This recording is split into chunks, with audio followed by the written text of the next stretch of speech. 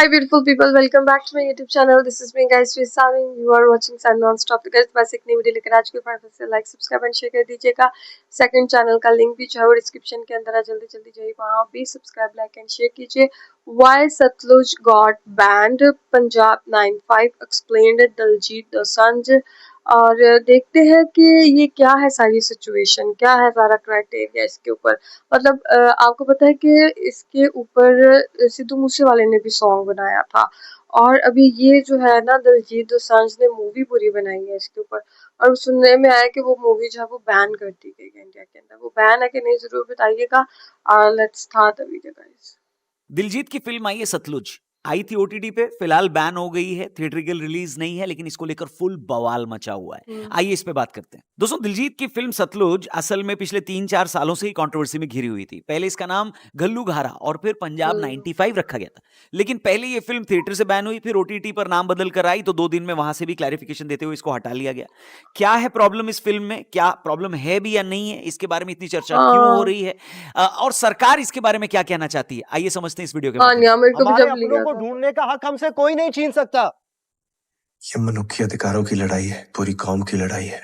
ये कल्लूकारा आप लोगों ने शुरू किया है, हिस्ट्री किसी से नहीं हट रिलेटेड। सकता। दोस्तों, ये फिल्म पंजाब के मशहूर human rights activist Jaswant Singh Khalra की रियल लाइफ पर आधारित है, जिनका किरदार दिलजीत ने निभाया। फिल्म 80 और 90 के दशक के दौरान पंजाब में मिलिटेंसी और पुलिस के काउंटर इंसर्जेंसी ऑपरेशन के दौर को दिखाती है। जसवंत सिंह खालरा ने म्युनिसिपल कॉर्पोरेशन के रिकॉर्ड्स को खंगालकर यह दावा किया था उस टाइम कि पंजाब पुलिस ने हजारों सिख युवकों को अवैध रूप से हिरासत में लिया, उनका एनकाउंटर किया और उनकी फैमिलीज को बिना बताए लगभग 25,000 बॉडीज को लावारिस बताकर चुपचाप जला दिया। इस सच्चाई को इंटरनेशनल लेवल पर उजागर करने के बाद 1995 में खुद जसवंत सिंह खालरा को उनके घर के बाहर से अगवा कर लिया गया और कस्टडी में प्रताड़ित करके उनकी हत्या कर दी गई, जिसके बाद कई पुलिस अधिकारियों को उम्र कैद की सजा भी हुई। अब इसी पूरी घटना को लेकर बनी इस फिल्म से कई सारी कंट्रोवर्सीज खड़ी हो गई हैं। सेंसर बोर्ड का मानना था कि यह फिल्म इंडियन एडमिनिस्ट्रेशन और पुलिस की इमेज को बेहद नेगेटिव रूप में पेश करती है, जिससे सोशल अनरेस्ट फैल सकता है। फिल्म के शुरुआती नाम घल्लू घारा, जिसका अर्थ नरसंहार होता है, बोर्ड की उस पर भी गहरी आपत्ति थी। उनका कहना था कि फिल्म में से जसवंत सिंह खालरा का असली नाम, पंजाब का संदर्भ और कई ऐतिहासिक रियलिटीज को हटा दिया जाए।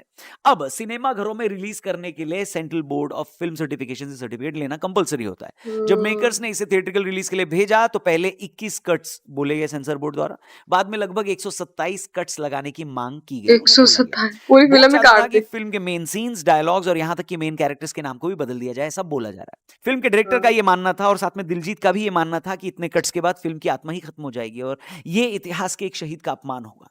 मेकर्स ने कट्स लगाने से साफ इनकार कर दिया, जिसके कारण फिल्म को थिएट्रिकल सर्टिफिकेट नहीं मिला और ये सिनेमा घरों में रिलीज नहीं हो पाई। इसी कंट्रोवर्सी के चलते YouTube पे लगा देते। टोरंटो इंटरनेशनल फिल्म फेस्टिवल से भी आखिरी वक्त पर हटा लिया गया था। थिएटर्स का रास्ता बंद होने के बाद मेकर्स ने बिना किसी कट के फिल्म को सीधे डिजिटल प्लेटफॉर्म पर लाने का फैसला लिया। फिल्म का नाम बदलकर सतलुज किया गया और इसे 3 जुलाई 2026 को बिना किसी शोर शराबे के चुपचाप ओटीटी पर रिलीज कर दिया गया। लेकिन रिलीज के महज 48 घंटों के अंदर 5 जुलाई 2026 को ZEE5 ने इस फिल्म को भारत में अपने प्लेटफॉर्म से अचानक हटा लिया। उसने सोशल मीडिया पर एक बयान जारी करके केवल करंट डेवलपमेंट्स का हवाला दिया और कोई क्लियर कानूनी या पॉलिटिकल कारण नहीं बताया। इसके बाद माना जा रहा है कि फिल्म के सेंसिटिव कंटेंट और बिना कट्स के रिलीज होने पर सरकारी एडमिनिस्ट्रेटिव दबाव के चलते इसे हटाया गया। हालांकि प्लेटफॉर्म ने कहा है कि वे इस फिल्म और मेकर्स के क्रिएटिव विजन के साथ खड़े हैं और इसे कानूनी तौर पर वापस लाने के रास्ते तलाश रहे हैं। फिलहाल ये फिल्म भारत के बाहर उस प्लेटफॉर्म के ग्लोबल प्लेटफॉर्म पर देखी जा सकती, लेकिन भारत में पूरी तरह ब्लॉक्ड है। फिल्म हटने के बाद दिलजीत ने जसवंत सिंह खालरा को याद करते हुए लिखा कि वो अंधेरे को चुनौती देते हैं और जो हश्र असल जिंदगी में खालरा साहब का हुआ था, वही आज उनकी इस फिल्म के साथ किया जा रहा है। ਜਿਹੜਾ ਲੱਗਦਾ ਹੀ ਸੀ ਵੀ ਯੈਸ, ਮੈਨੂੰ ਲੱਗਦਾ ਸੀ ਵੀ ਮੰਡੇ ਜਦੋਂ ਦਫ਼ਤਰ ਖੁੱਲਣਗੇ ਉਦੋਂ ਸ਼ਾਇਦ ਜਿਹੜੀ ਆ ਫਿਲਮ ਬੈਨ ਕੀਤੀ ਜਾਊਗੀ, ਪਰ ਸੰਡੇ ਸ਼ਾਮ ਨੂੰ ਹੀ ਹੋ ਜੂਗੀ ਇਹਦਾ ਕੋਈ ਆਈਡੀਆ नहीं ਸੀ। अब दोस्तों बात करते हैं उस दौर की कि उस दौर में हुआ क्या था। पंजाब के उस दौर यानी 1978 से 1995 का इतिहास भारत के सबसे कॉम्प्लेक्स और दर्दनाक अध्यायों में से एक है। उनमें से कौन से इंसिडेंट सबसे ज्यादा कंट्रोवर्शियल हैं, आइए एक्सप्लोर करने की कोशिश करते हैं, डिस्कस करते हैं। कंट्रोवर्सी की जड़ें आतंकवाद शुरू होने से पहले की हैं। 73 में अकाली दल ने आनंदपुर साहिब प्रस्ताव पारित किया। वो पंजाब के लिए ज्यादा ऑटोनॉमी, चंडीगढ़ को पूरी तरह पंजाब को सौंपने, नदियों के पानी का सही बंटवारा और सिखों को एक स्पेशल रिलीजियस आइडेंटिटी देने की मांग कर रहे थे। इंदिरा गांधी सरकार ने इसे देश को बांटने की कोशिश या अलगाव अलगाववादी मांग के रूप में देखा, जिससे दोनों पक्षों में पॉलिटिकल इशू पैदा हो गया। इसके बाद 13 अप्रैल 1978 को निरंकारी सिख वायलेंट पहली घटना थी जिसने पंजाब में मिलिटेंसी की शुरुआत की, ऐसा बोला जाता है। अमृतसर में बैसाखी के दिन अखंड कीर्तनी जत्था के ट्रेडिशनल सिख और संत निरंकारी कम्युनिटी के फॉलोअर्स के बीच वायलेंट झड़प हुई। 13 सिख इसमें मारे गए। निरंकारियों पर सिखों के धार्मिक ग्रंथों के अपमान का आरोप था। इस घटना के बाद सिखों के एक धड़े में गहरा आक्रोश फैल गया और यहीं से भिंडरावाले का उभार शुरू हुआ। इसके बाद 1980 से 84 का जो दौर था पंजाब के लिए किसी बुरे सपने से कम नहीं था। 80 के दशक की शुरुआत में पंजाब में हिंसा चरम पर पहुंच गई थी। भिंडरावाले के लीडरशिप में मिलिटेंट्स ने एक आर्म्ड रेवोल्यूशन शुरू किया। कई जगहों पर हिंदू नागरिकों, सरकारी अधिकारियों और निरंकारियों को निशाना बनाया गया। 1982 के आसपास भिंडरावाले और उनके भारी हथियारों से लैस फॉलोअर्स ने अमृतसर के स्वर्ण मंदिर के अंदर अकाल तख्त पर कब्जा कर लिया और वहीं से अपनी राज चलाने लगे ताकि पुलिस उन पर हाथ न डाल सके। इसके बाद स्वर्ण मंदिर को मुक्त कराने के लिए हुआ ऑपरेशन ब्लू स्टार, जिसके बारे में आप सबको पता ही है, आप जानते होंगे, उसके बारे में बात नहीं करेंगे। लेकिन ऑपरेशन ब्लू स्टार के ठीक 4 महीने बाद एक और भयानक त्रासदी हुई। प्रधानमंत्री इंदिरा गांधी जी के ही बॉडीगार्ड्स ने उनकी हत्या कर दी। इंदिरा गांधी की मौत की खबर फैलते ही दिल्ली, कानपुर, बोकारो और देश के कई हिस्सों में सिखों के खिलाफ बड़े पैमाने पर हिंसा भड़क उठी। इस दंगे में कई राजनीतिक नेताओं पर भीड़ को उकसाने के आरोप लगे। उसमें कांग्रेस के कई सारे नेता सामने आए, उनका नाम सामने आया। इंदिरा गांधी की हत्या और दंगों के बाद पंजाब में उग्रवाद भयानक रूप ले चुका था। सिखों के लिए एक अलग खालिस्तान की मांग तेज हो गई थी। इस मांग को रोकने और उग्रवादियों को कंट्रोल में लाने के लिए 1986 से 1988 तक ऑपरेशन ब्लैक थंडर चलाया गया। स्वर्ण मंदिर में दोबारा छिपे उग्रवादियों को निकालने के लिए नेशनल सिक्योरिटी गार्ड्स और पंजाब पुलिस ने यह ऑपरेशन चलाया। इस बार मंदिर की इमारत को नुकसान पहुंचाए बिना उग्रवादियों को सरेंडर करने पर मजबूर कर दिया गया। 1990 के दशक में पंजाब पुलिस के डायरेक्टर जनरल केपीएस गिल के लीडरशिप में उग्रवाद को जड़ से खत्म करने के लिए बेहद सख्त काउंटर इंसर्जेंसी अभियान चलाया गया। पुलिस को खुली छूट दी गई, जिससे उग्रवाद खत्म तो हो गया, लेकिन इस दौरान ह्यूमन राइट्स के गंभीर उल्लंघन के आरोप भी लगे। अब यहीं से वो आखिरी और सबसे कंट्रोवर्शियल इंसिडेंट शुरू होते हैं जिसे सेंसर बोर्ड फिल्म से पूरी तरह हटवाना चाहता था और जिस पर फिल्म सतलुज की मुख्य कहानी टिकी है। अमृतसर की एक ह्यूमन राइट्स ऑर्गेनाइजेशन के डायरेक्टर जसवंत सिंह खालरा को पता चला कि उनके एक साथी को पुलिस उठाकर ले गई थी और बाद में उसका कोई सुराग नहीं मिला। खालरा ने अमृतसर, तरनतारन और मजीठा के नगर निगम और शमशान घाट के गुप्त रिकॉर्ड्स खंगाले। उन्होंने सबूत जुटाए कि पुलिस उग्रवाद के नाम पर निर्दोष या सस्पिशियस सिख युवकों को बिना कोर्ट में पेश किए उठाती थी, इलीगल डिटेंशन करती थी, उनका एनकाउंटर करती थी और शमशान घाट के कर्मचारियों को लकड़ी तेल के पैसे देकर उन लाशों को लावारी से अज्ञात बताकर चुपचाप जला देती थी। खालरा ने यह दावा किया कि केवल 3 जिलों में ही ऐसे 2000 से अधिक शव जलाए गए। पूरे पंजाब की बात करें तो यह आंकड़ा 25,000 के पार हो सकता है, ऐसा उन्होंने दावा किया। 1995 में वे इन सबूतों को लेकर इंटरनेशनल कनाडा और ब्रिटेन गए। अब कहते हैं कि सितंबर 1995 में जब खालरा अपने घर के बाहर कार धो रहे थे तब उन्हें अगवा कर लिया गया। कहा जाता है 1995 अक्टूबर के महीने में कस्टडी के दौरान ही प्रताड़ित करके उनकी हत्या कर दी गई और उनके शव को हरी के पतन नदी में फेंक दिया गया। बाद में सुप्रीम कोर्ट के आदेश पर सीबीआई ने इस मामले की जांच की, जिसमें खालरा के दावे काफी हद तक सच पाए गए। साल 2005 में कोर्ट ने जसवंत सिंह खालरा के अपहरण और हत्या के जुर्म में 6 पुलिस अधिकारियों को उम्र कैद की सजा सुनाई थी। सेंसर बोर्ड का डर यही है कि इन ऐतिहासिक घावों और इस डार्क हिस्ट्री को दोबारा बड़े पर्दे पर दिखाने से पंजाब का माहौल फिर से संवेदनशील हो सकता है। लोग प्रोवोक हो सकते हैं। अब दोस्तों, कई लोगों को इस फिल्म के कंटेंट से ज्यादा इसके क्रिएटिव फॉर्मेटिंग से प्रॉब्लम है। किसी कहानी को दिखाने से ज्यादा जरूरी होता है उसको दिखाने का तरीका क्या है। फिल्म में एक ऐसा सीन है जिसको लेकर लोगों ने सोशल मीडिया पर बहुत बातें की है, जैसे मुख्यमंत्री की हत्या को एक खुशनुमा बैकग्राउंड म्यूजिक के साथ दिखाया गया है जो सही मैसेज नहीं देता है। यही लोगों का ऑब्जेक्शन है, क्योंकि ये कोई फिक्शनल कहानी तो है नहीं। ऐसे में इस तरह की क्रिएटिव चॉइस काफी कंट्रोवर्शियल है, लोग इसे नकार रहे हैं। कई लोगों का यह भी मानना है कि इसमें लगभग हर सीन में खालिस्तानी उग्रवाद को सही ठहराया गया है।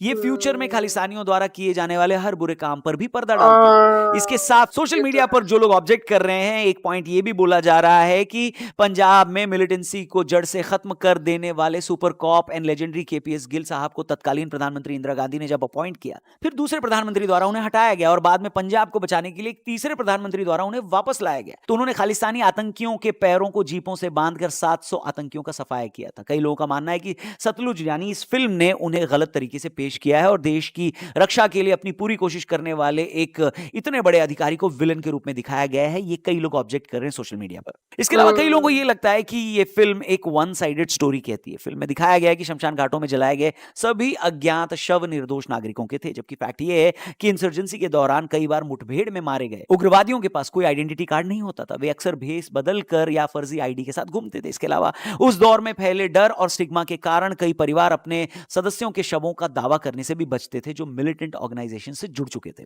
ऐसे में पुलिस के लिए उन शवों का अंतिम संस्कार ऑफिशियली अननोन कैटेगरी में करना एक एडमिनिस्ट्रेटिव मजबूरी थी, न कि हर बार कोई सोची समझी साजिश।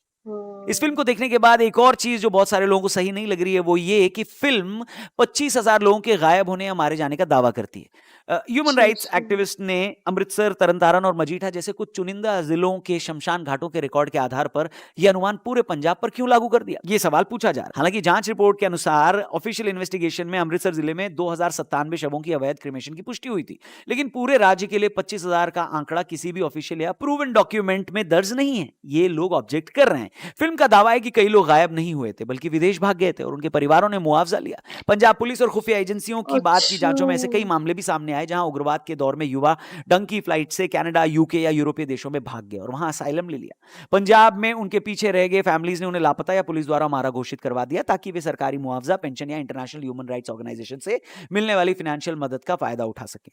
फिल्म इस पहलू पर पूरी तरह मौन है, ऐसा कुछ लोग ऑब्जेक्ट कर रहे हैं। वहीं फिल्म पूरी तरह से उग्रवादियों द्वारा की गई हिंसा और हिंदुओं के नरसंहार को भी छिपा रही है, ऐसा व्यूअर्स, यूजर्स और सोशल मीडिया पर जो लोग हैं वो कह रहे हैं और आपत्ति जता रहे हैं। बड़े सारे स्क्रीनशॉट्स और पोस्ट आपको सोशल मीडिया पर इससे जुड़े हुए मिल जाएंगे। इनफैक्ट आप सतलुज कंट्रोवर्सी टाइप करेंगे ट्विटर पे जाके, गूगल पे जाके, इंस्टाग्राम पे जाके, तो लोगों की बहुत सारी पोस्ट आपको मिल जाएंगी। दोस्तों, इस फिल्म की सबसे बड़ी खामियों में से पता एक और मानी जा रही है। 80 और 90 के दशक में पंजाब ने उग्रवाद का भयावह रूप देखा था। बसों और ट्रेनों से चुन चुनकर हिंदुओं को उतार कर मारना, बम धमाके करना और पंजाब के गांवों से हिंदू परिवारों का जबरन एक्सोडस करवाना उस दौर की कड़वी सच्चाई थी। फिल्म इस दर्दनाक इतिहास को पूरी तरह से नजरअंदाज कर देती है, ये भी कई लोगों की ज्यादा प्रॉब्लम है। सिखों का फिल्म ने उन नेताओं और पुलिसकर्मियों को भुला दिया जिन्होंने पंजाब में शांति के लिए अपनी जान दे दी। पंजाब में उग्रवाद सिर्फ राज्य बनाम सिख नहीं था, बल्कि ये उग्रवादियों बनाम शांति चाहने वाले सिखों के बीच भी था। उग्रवादियों ने ऐसे कई मॉडरेट सिख नेताओं की हत्या की जो शांति और समझौते के पक्ष में थे। बताया जाता है इस दौरान 1700 से अधिक पंजाब पुलिस के जवान और बड़े अधिकारी, जिनमें बड़ी संख्या में सिख पुलिसकर्मी थे, इन उग्रवादियों से लड़ते हुए शहीद हो गए, अपना बलिदान दे दिया। लोगों को जो बात पसंद नहीं आ रही, जिन भी लोगों ने इस फिल्म को देखा है और सोशल मीडिया पर आकर रिएक्ट कर रहे हैं, उनका यह कहना है कि यह फिल्म पुलिस बल को, पुलिस फोर्स को केवल एक क्रूर विलन के रूप में दिखाती है, उनके इस बलिदान को उन्होंने नहीं दिखाया। ऐसा क्यों? ये मेकर से सवाल पूछ रहे हैं लोग सोशल मीडिया पर। आपके पास दोस्तों इसका कोई जवाब है? कमेंट करके जरूर बताना। पर मेन सवाल यहां पर यही है कि क्या फिल्म पर बैन सही है या नहीं। ये एक ऐसा सब्जेक्ट है, विषय है जिसके दो पहलू हैं। एक तरफ फ्रीडम ऑफ एक्सप्रेशन है कि भैया जो जैसा है वैसा दिखाने में प्रॉब्लम क्या है, वहीं दूसरी तरफ कानून व्यवस्था और सामाजिक शांति बनाए रखने की जिम्मेदारी भी है। आप किस पक्ष में हैं? आप क्या मानते हैं? क्या आपने फिल्म देख ली है? फिल्म सोशल मीडिया पर रिलीज हो गई है, वायरल हो गई है, लोगों ने अलग अलग तरीके से डाउनलोड करके इसको देखना शुरू कर दिया और इस पर रिएक्ट करना शुरू कर दिया। मैं आपसे पूछना चाहूंगा, फिल्म अगर आपने देख ली है, आपका क्या रिएक्शन है? कमेंट करके जरूर बताना। वीडियो सही लगी हो इसे जरूर शेयर करना। ओके गाइस, ये वीडियो जो है मेरे ख्याल से फ्रीडम ऑफ स्पीच जो है ना होनी चाहिए। ये दिलजीत की दूसरी मूवी है जो इंडिया के अंदर बैन हुई। एक के अंदर तो चलो पाकिस्तान और इंडिया का इशू तब चल रहा था, ऑपरेशन सिंदूर का मामला चल रहे थे और हानिया आमिर थी उसके अंदर, तब भी जो है उनकी मूवी बैन कर दी गई इंडिया के अंदर और फिर इंडिया से बाहर जितनी भी कंट्रीज है वहां पे उसको चलाया गया। अभी इनकी दूसरी मूवी सतलुज जो है वो बैन हुई है।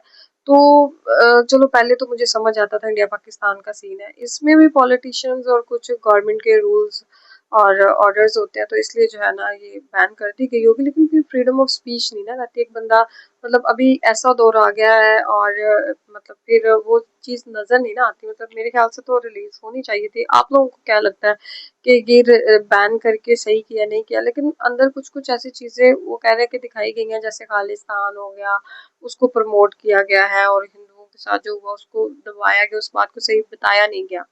तो कुछ उनकी भी मतलब दोनों पहलू मतलब देखा जाए तो वो भी जस्टिफाई लगता है, ये भी जस्टिफाई लगता है। तो गाइस आप लोगों का क्या कहना है? जो comment, like, subscribe and share कीजिएगा। चलिए गाइस, मिलते हैं आपको नेक्स्ट वीडियो के अंदर। Bye bye.